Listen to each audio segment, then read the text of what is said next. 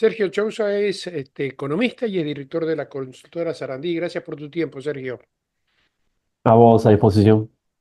La primera, no digo preocupación, pero lo que uno observa en lo cotidiano, ¿no? Por un lado, algún familiar que anduvo dando vueltas por Brasil y compró un par de zapatillas a la mitad de su precio, gente que fue a Ciudad del Este y también hizo una diferencia. Para este fin de semana largo, dos personas me decían, me voy a Chile. Uno me dijo, me voy con la valija vacía. Y esto no sé si es lo que dice el presidente, o por lo menos que dijo en el programa de Antonio Laje, que la gente está comprando por Mercado Libre. Creo que después saltaron y ya aclararon que la venta de Mercado Libre tampoco sumó significativamente como para equilibrar la pérdida de en los supermercados que vamos cotidianamente. ¿Qué es lo que estás observando vos? Ujú. Bueno, todo esto que comentás es el fenómeno de fondo de una apreciación cambiaria, como decimos en economía, un retraso de la paridad cambiaria que está en los niveles más severos en lo que va del siglo. Hay que volver hasta la convertibilidad para encontrar una paridad cambiaria más atrasada que en este episodio histórico. La otra circunstancia también de un atraso cambiario aún más severo fue en la última dictadura. Y bueno, sabemos en la historia económica argentina, todos los gobiernos que promovieron esquemas de atraso cambiario lo hicieron para mejorar la credibilidad en el programa económico, el clima en la población, sobre todo en segmentos medios, altos, con posibilidades de consumo en el exterior. Y eso en el corto plazo te compra tiempo, te da esa percepción de veranito financiero y cambiario, pero en el largo plazo termina siendo muy costoso y muy dañoso sobre la estructura productiva, en particular sobre los sectores exportadores, que son los que más sufren, los más agredidos por este esquema. Ahora, Con lo cual, bueno. hasta hace poquito, de pronto el Estado intervenía en el contado con liqui o intervenía en el dólar MEP cuando lo creía conveniente y volvía a apretarlo, ¿no? Pero ahora que está relativamente liberado entre dos bandas, ¿qué es lo que lo mantiene, por ejemplo, al contado con liqui, que está casi pisando los 1.200, pero está ahí y se queda quieto? Ujú. Exactamente, ¿no? El gobierno argumenta, bueno, antes yo intervenía para fijar una cotización ridículamente baja de la paridad cambiaria, pero ahora hay un mercado libre, Ujú. ahora son las fuerzas naturales de la oferta y la demanda las que determinan esta paridad cambiaria que todos los analistas evaluamos como baja. Y hay varias falacias, ¿no? Lleva ahí el argumento una daga bajo el poncho, que es el hecho, primero de todo, de que la definición de bandas cambiarias para la zona de intervención, para defender la paridad en el techo, sigue siendo baja, ¿no? Esos 1.400 que todavía están lejos de llegar como cifra máxima para la paridad cambiaria, es un valor históricamente bajo del dólar. Y eso fue una definición política, ¿no? No fue el Fondo Monetario el que obligó al gobierno a poner estos umbrales. Por otro lado, hay un Pero, diseño de un a ver, esquema. vamos a suponer que yo tengo un dinero para invertir y advierto lo que vos decís que hay un dólar relativamente bajo, y veo que hay un ETF de Brasil, por ejemplo, que está para comprar. Debería salir a comprar pensando que eso va a subir a 1.400, pero sin embargo no lo hago, porque si no, dispararía el dólar para arriba. ¿Qué hay? Sí, ¿Hay incertidumbre todavía? ¿No encontró su punto de equilibrio? hoy hay un esquema de incentivos muy fuertes por el diseño macro a promover el carry trade, ¿no? Que es este esquema a partir del cual, bueno, tanto las empresas como las familias saben, eh, tienen el dato seguro de que el gobierno va a defender el techo de la banda cambiaria y entonces en el corto plazo, mientras uno piense que esas municiones que tiene el gobierno para defender el dólar, y son municiones suficientes porque son 20.000 millones de dólares Ujú. que va a recibir por parte del Fondo Monetario alcanzan, lo más conveniente es posicionarse en pesos. Lo que pasa es que eso lo único que hace es ensanchar, hacer más grande la bola de nieve que después, cuando se den vuelta las expectativas, se te puede venir encima.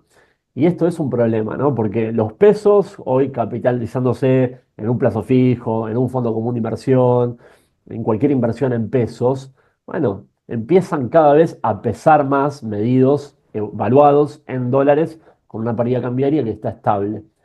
Si hay un fenómeno de puerta 2, si hay un fenómeno de incertidumbre financiera por medio del cual las personas quieran volver a redolarizarse, eso puede ser muy traumático.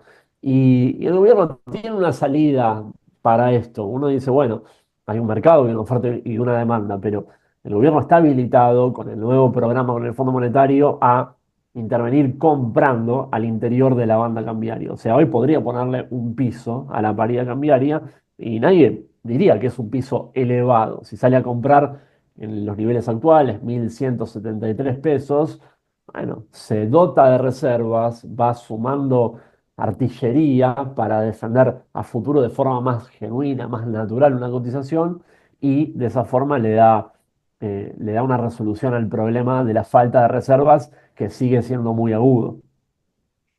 Esta semana, el domingo más, porque a la vuelta de Roma, el presidente dijo, estamos creciendo al 10%, y por el otro lado uno advierte que hay una inflación que uno advierte en las góndolas, no hay que ser tan analistas como para darse cuenta que es poca, en algunos, probablemente en algunos artículos como la carne y lácteos es mayor, pero que tampoco ni asusta al mayorista, ni asusta al comerciante, ni a la gente que va a comprar. Hay, ¿qué podés, qué ves vos?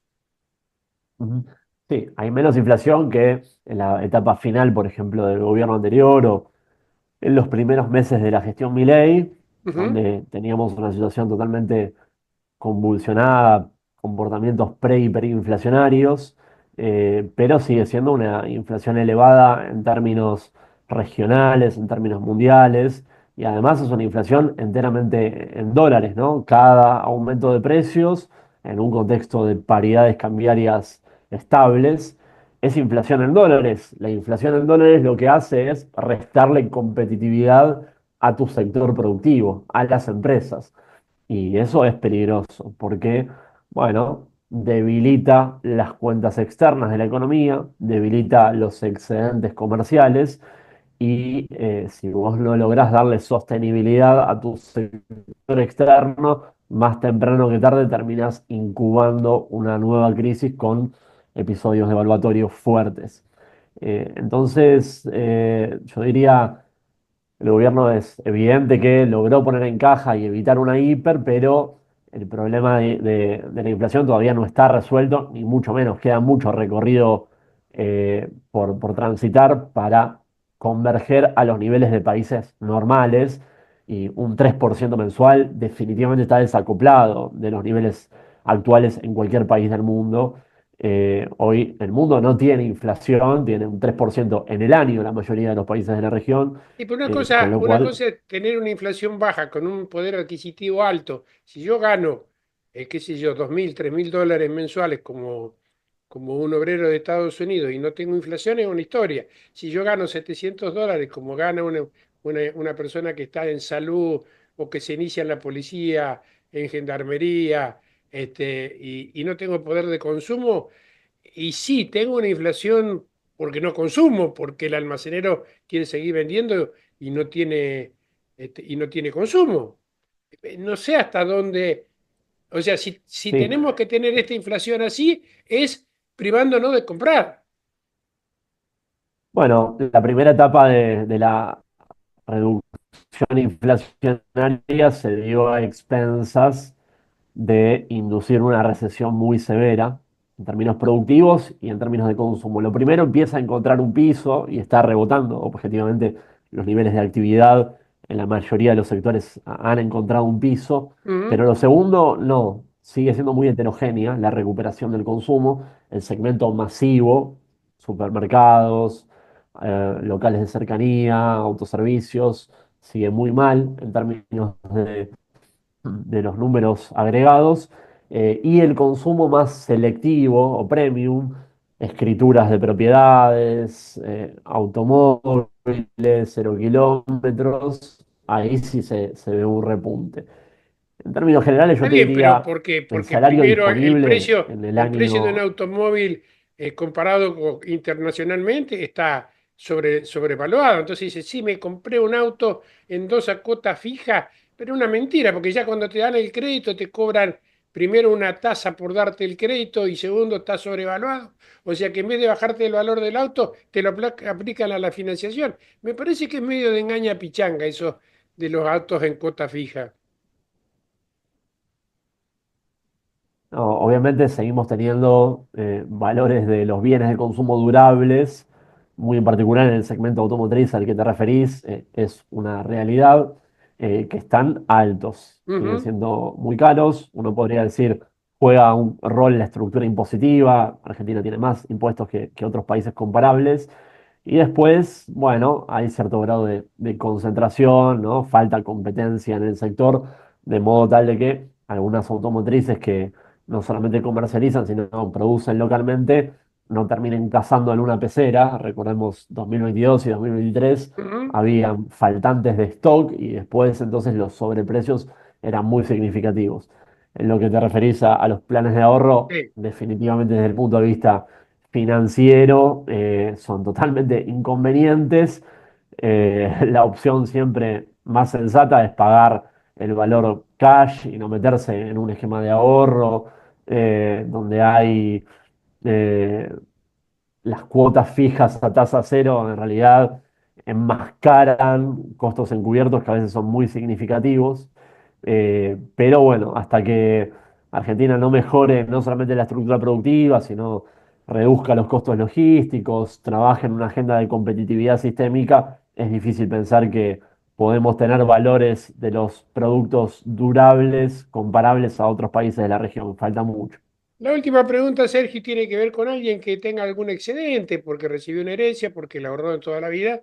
¿Vos le dirías que haga carry trade, o sea, que se quede en pesos y busque la forma a través de un broker o a través de su banco de hacer intereses en pesos? ¿O le dirías que compre algún ETF en oro o en Brasil o en China?